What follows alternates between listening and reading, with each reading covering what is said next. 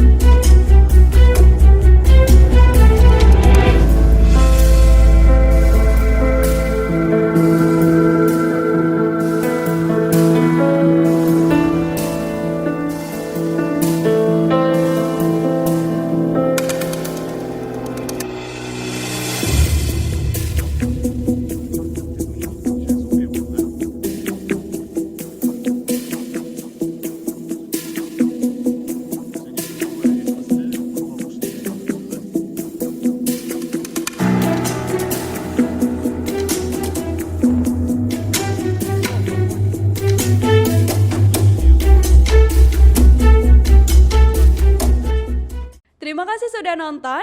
Jangan lupa like, subscribe, dan share ya.